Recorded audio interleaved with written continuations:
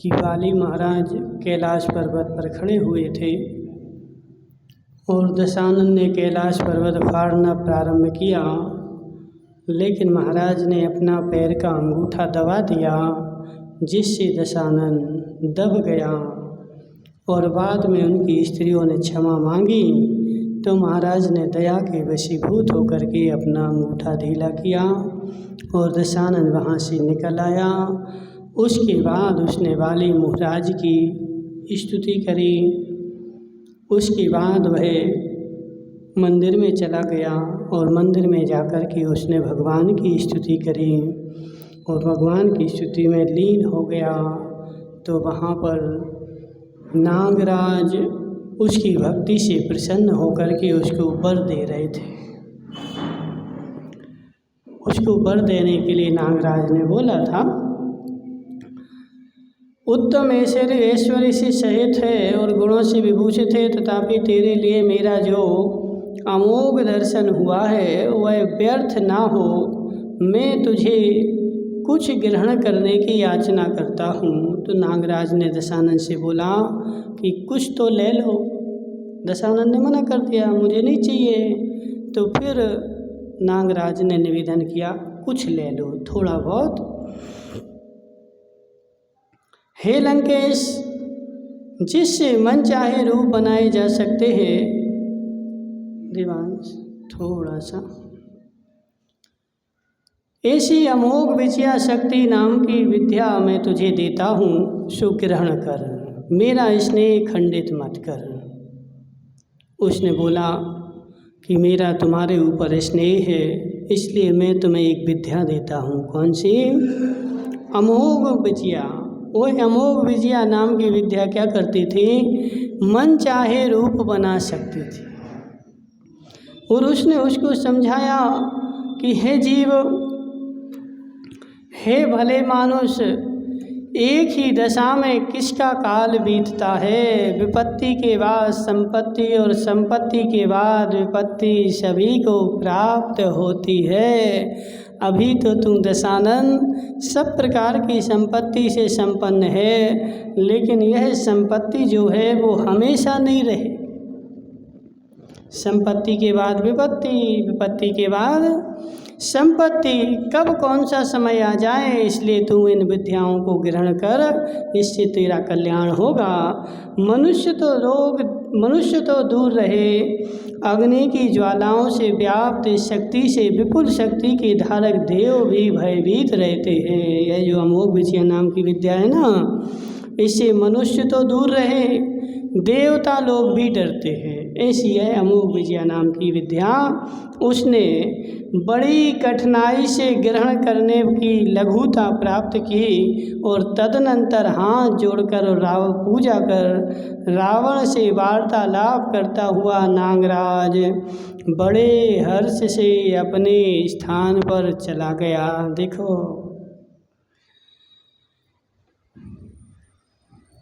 यानी देने के लिए मनाना पड़ रहा है। आज क्या होता है, लेने के लिए किसी को उधार दे दो और फिर से उधार लेना हो तो क्या करना पड़ता है बता, उसको मनाना पड़ता है। ठीक है, बड़ी कठिनाई से देता है। लेकिन यहाँ तो नागराज ने विद्याएं दी दशानन को, लेकिन फिर भी कैसे दी कि वह लेने को तैयार नहीं था। मना करके उसने उसको विद्याएं दे करके और बड़े दे करके हर्ष मना रहा है। वो आता ना, दान दे मन हर्ष विशेखे, यह भव जैसे पर भव सुख लेखे। तो दान दे करके जो हर्ष मनाता है उसको ही परभव में सुख होता है। ठीक है, तो यहाँ पर उसने दान रूप में दशानन को विद्या दे दी और विद्या दे करके अब क्या कर रहा है, हर्ष मना रहा है।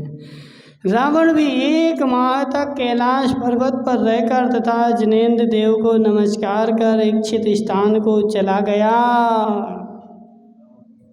कितने दिन तक? विमल भाई, तुम रहोगे कि नहीं? भगवान की भक्ति में इतना तल्लीन हो गया कि वह कैलाश पर्वत के ऊपर पूरे पूरे 1 महीना वहाँ रहा और 1 महीना तक भगवान की भक्ति की उसने। ऐसी तल्लीनता हो महाराज, 1 घंटा में तो भूख लग जाती। सत्य है कि नहीं? तल्लीनता तो 1 मिनट नहीं बनती। जैसे ही भगवान के मंदिर में आओ और भूख शुरू, अब क्या बनाना है घर पे, क्या जा रहे हैं माता, वैसे ही होता कि नहीं होता? तो लेकिन उसको आकुलता नहीं थी। 1 महीने तक वह कैलाश पर्वत पर रहा और मुनिराज बाली ने मन में क्षोभ उत्पन्न होने से अपने आप को पाप कर्म का बंध करने वाला समझ गुरु के पास जाकर प्रायश्चित ग्रहण किया। किसने? क्या दोष था उनका? मेरे अंगूठे के द्वारा दशानन को कष्ट उत्पन्न हुआ है। मैंने दशानन के ऊपर अंगूठे का बल लगाया जिससे उसको कष्ट उत्पन्न हुआ। तो बाद में मुनिराज अपने गुरु के पास गए और गुरु के पास जाकर के उन्होंने प्रायश्चित ग्रहण किया कि मैंने रावण को कष्ट दिया, मेरे द्वारा दशानन कष्ट को प्राप्त हुआ। इसलिए हे गुरु महाराज, हमारे लिए क्या करो, प्रायश्चित दे दो। जिस प्रकार विष्णु कुमार महामुनि प्रायश्चित कर सुखी हुए थे, उसी प्रकार बाली मुनिराज भी प्रायश्चित द्वारा हृदय की शल्य निकल जाने से सुखी हो गए। अब प्रायश्चित नहीं लोगे तो क्या होगा? हृदय में शल्य लगी रहेगी, काहे कि मैंने ऐसा किया, मैंने ऐसा किया, मैंने ऐसा किया। बोलो विमल, बोलो महाराज, हमें तो रहती नहीं जीव नहीं रहती। इसका मतलब है कि तू तीव्र कसाई है। यदि कसाई तेरी मृदु होगी, कसाई तेरी नरम होगी, तो एक एक प्रायश्चित के प्रति तेरे हृदय में प्रति समय ऐसी भावना आएगी, हमसे दोष हो गया, हमसे दोष हो गया। और कोई कौन सा क्षण आए कि मैं उस दोष का प्रायश्चित करके और निर्दोष हो जाऊं। तो वह बाली मुनिराज वहाँ खड़े थे, लेकिन पहले वहाँ से गए अपने गुरुजी के पास और प्रायश्चित लेकर के और फिर प्रायश्चित किया। और चारित्र गुप्ती धर्म अनुपेक्षा समिति परिचय से सहन करने में बाली मुनिराज संबर को प्राप्त हुए और नवीन कर्मों का अर्जन उन्होंने बंद कर दिया। अब प्रायश्चित लेकर के सुखी हो गए थे और आकर के तप किया और तप के द्वारा उन्होंने क्या किया, निसंबर को प्राप्त हुए। संबर को प्राप्त हुए मतलब जो नए कर्म आ रहे थे, उन आते हुए नए कर्मों को उन्होंने रोक दिया और पहले के संचित कर्मों का तप के द्वारा नाश करना शुरू कर दिया। पहले जो कर्म थे ना, पहले तो संबर कर दिया, तो संबर से क्या हुआ कि अब नए कर्म नहीं आएंगे और पुराने जो थे उनको तप के द्वारा उनकी निर्जरा करनी प्रारंभ कर दिया। इस तरह संबर और निर्जरा के द्वारा वे केवल ज्ञान को प्राप्त हो गए। कौन? बाली मुनिराज को देखो कितने जल्दी केवल ज्ञान होता था। आज तो मतिश्रुत ज्ञान भी नहीं हो रहा है। उस समय केवल ज्ञान इतनी जल्दी फटाफट मुनि बने, तप करने गए, जंगल में चले गए, तो वो जंगल में गए और तप करने लगे तो उनको फटाफट केवल ज्ञान हो गया। क्यों हो गया केवल ज्ञान? बोलो कोटनी अम्मा। इतनी विशुद्धि थी और इतनी विशुद्धि के साथ वह उग्र तप कर रहे थे कि ये बताओ कितना वैभव छोड़ के आए थे, कितनी शक्ति थी, लेकिन उसके बाद भी उनको अहंकार नहीं।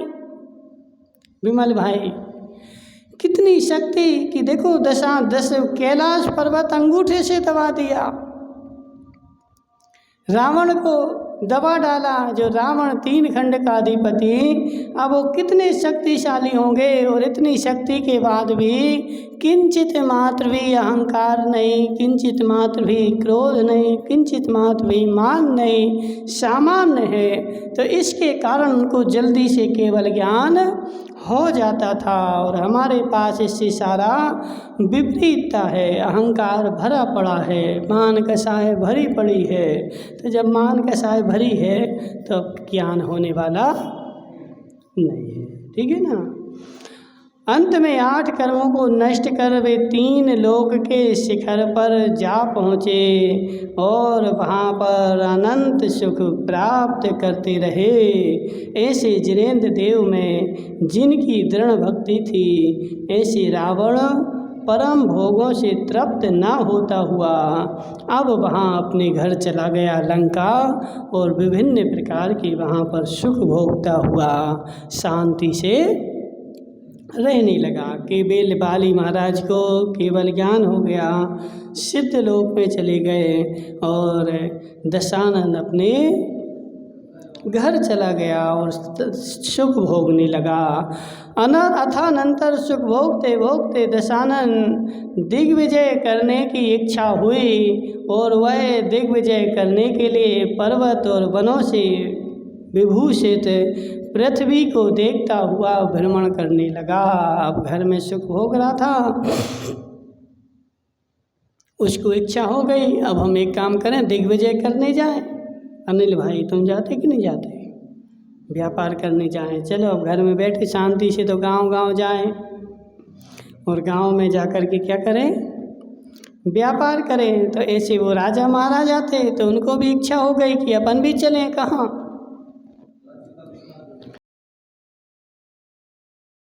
राज्य का विस्तार करेंगे, अपना साम्राज्य अभी छोटा है, अपन अपना साम्राज्य बढ़ाएंगे, दुकानें तो 1 की 2 खोलेंगे, 2 की 4 खोलेंगे। तो ऐसे वो है दशानन का जा रहा है दिग्विजय करने के लिए, और वनों से विभूषित पृथ्वी को देखता हुआ भ्रमण करने लगा, और विशाल आज्ञा को धारण करने वाले दूसरे द्वीपों में जाकर विद्याधयों को जीतकर और अपने बस में कर लिया। सब जगह जा जा करके उसने क्या किया, और जीत जीत करके अपने बस में कर लिया। जिस प्रकार बिजली और इंद्रधनुष से युक्त मेघों के समूह से सावन का माह भर जाता है, उसी प्रकार उन समस्त विद्याधर राजाओं से दशानन भर को कंपित करने वाले रावण के कुछ अधिक 1000 अक्षौणी प्रमाण विद्याधरों की सेना इकट्ठी हो गई। कितनी? 1000 अक्षौणी। कितनी? 1000 अक्षौणी।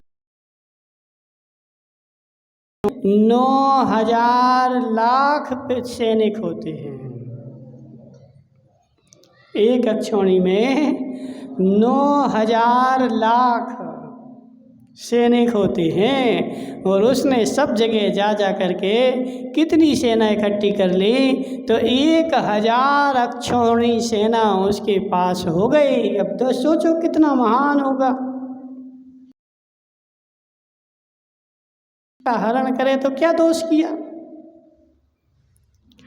3 खंड का अधिपति है। देखो सीता तो एक उपलक्षण बन गई। उपलक्षण बन गई मतलब वो नाम आ गई। उसने कितनी स्त्रियों का हरण किया, अभी वो बताए थे ना कौन सी,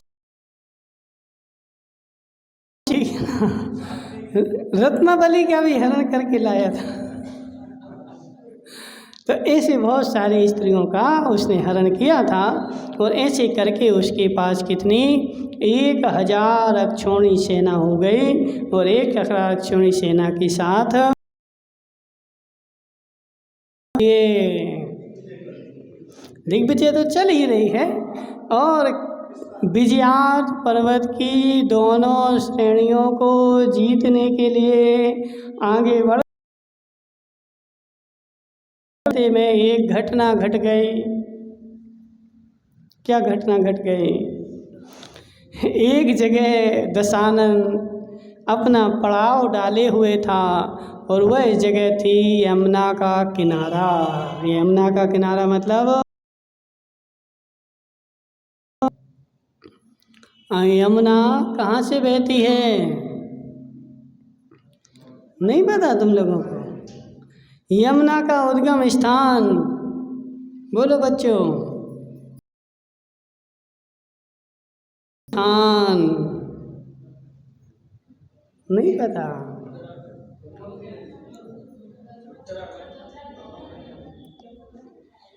यमुना नदी अमरकंटक से निकलती है और अमरकंटक से चलती चलती एमपी को पूरा क्रॉस करके सिद्धवरकूट में उस पर डैम बना हुआ है। वह तुम्हारे जा करके कहाँ मिलती है? नर्मदा है, ठीक है ना? नर्मदा, तो वह नर्मदा नदी पूरे एमपी में जाती है। यमुना में नहीं था, नर्मदा नदी के तट पर। यहाँ तदनंतर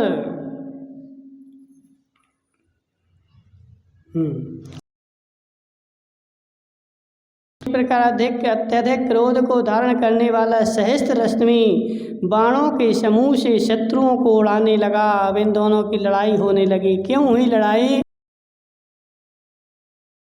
नर्मदा नदी के तट पर एक जिनेंद्र भगवान की मूर्ति रख करके और वहाँ भगवान की पूजा कर रहा था और पूजा करते वह राजा सहस्त्र रश्मि अपनी देवियों के साथ क्रीड़ा कर रहा था और विद्या के बल से उसने यमुना का पानी रोक दिया था, जिससे आगे का बहाव कम बल से वह बहाव पानी रुका हुआ छोड़ दिया और जैसे ही पानी रुका हुआ छोड़ा, पूजा कर रहा था वहाँ पूरा पानी भर गया। उसने जिनेंद्र भगवान की मूर्ति को उठा करके और वहाँ से भागा और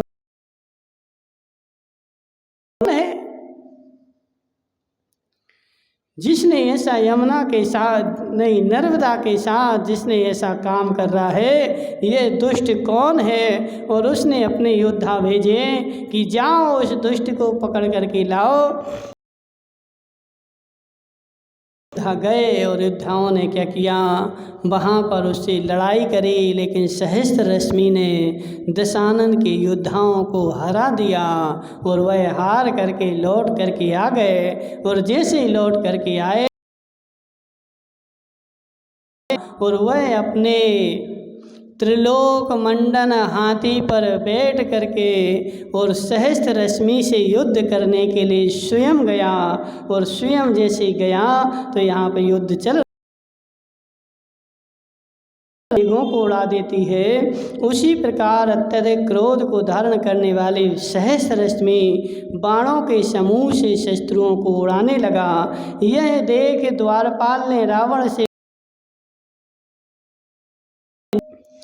जगत को तृण के समान तुच्छ देखने वाले रथ पर बैठे धनुर्धारी इस किसी राजा ने बाणों के समूह से तुम्हारी सेना को 1 योजन पीछे खदेड़ दिया है, यानी तुम्हारी सेना हो गई। तदनंतर सहस्त्र रश्मि को सम्मुख आता देख दशानन त्रिलोक मंडन हाथी पर सवार हो चला और शत्रु जिसे भयभीत होकर देख रहे थे था, ऐसे रावण ने बाणों का समूह छोड़कर सहस्त्र रश्मि को रथ रहित कर दिया। अब दशानन की लड़ाई हुई और उसने उसको क्या किया, रथ रहित कर दिया। तब सहस्त्र रश्मि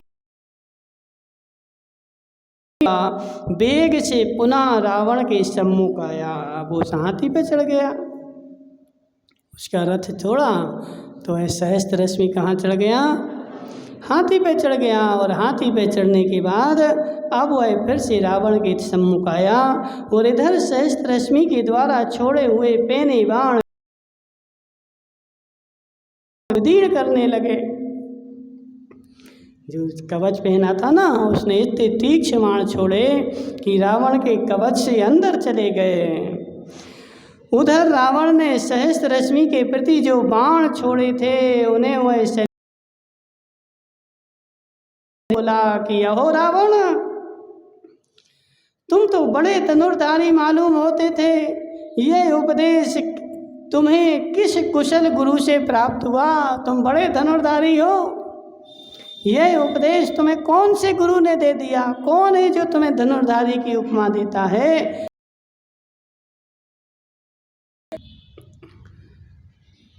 यह उपदेश तुम्हें, अरे छोकरे, छोकरे बोल रहे हैं यहाँ छोकरे मतलब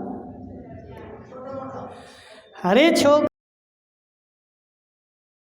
पढ़ और अभ्यास कर, फिर मेरे साथ युद्ध करना। अब रावण ने गरज करके उससे बोला कि अरे छोकरे पढ़, फिर मेरे साथ युद्ध करना। तू नीति से रहित जान पड़ता है। तदनंतर उक्त कठिन वचनों से बहुत भारी क्रोध को प्राप्त हुआ रावण ने एक भाला सहस्त्र रश्मि के ललाट पर मार खून की धारा बहने लगी। अब उसको क्रोध आ गया कि ऐसी ऐसी बोल रहा। उसने क्रोध में दशानन ने एक भाला उठाया और फेंका और सहस्त्र रश्मि की ललाट पर जा लगा और उसकी ललाट से खून की धारा बहने लगी। जिससे रुधिर की धारा बहने लगी, मूर्छित हो पुनः सावधान होकर जब तक वह बाण ग्रहण करता तब तक रावण ने वेग से उछलकर उसको जीवित ही पकड़ लिया। जब तक उसको भाला लगा, चक्कर आए, दशानन ने उछल करके सहस्त्र रश्मि को अपने हाथों में बांध लिया। रावण उसे बांधकर अपने डेरे पर ले गया और विद्याधर उसे बड़े आश्चर्य से देख रहे थे। वे सोच रहे थे कि यदि यह किसी तरह उछलकर छूटता है तो फिर सारे विद्याधर, क्योंकि सहस्त्र रश्मि भी कमजोर नहीं था, यदि इसको अभी तो बांध लिया दशानन ने और दशानन तो अपने डेरे में जा कर के सो गया। अब यदि यह रात्रि में उछल करके पकड़ने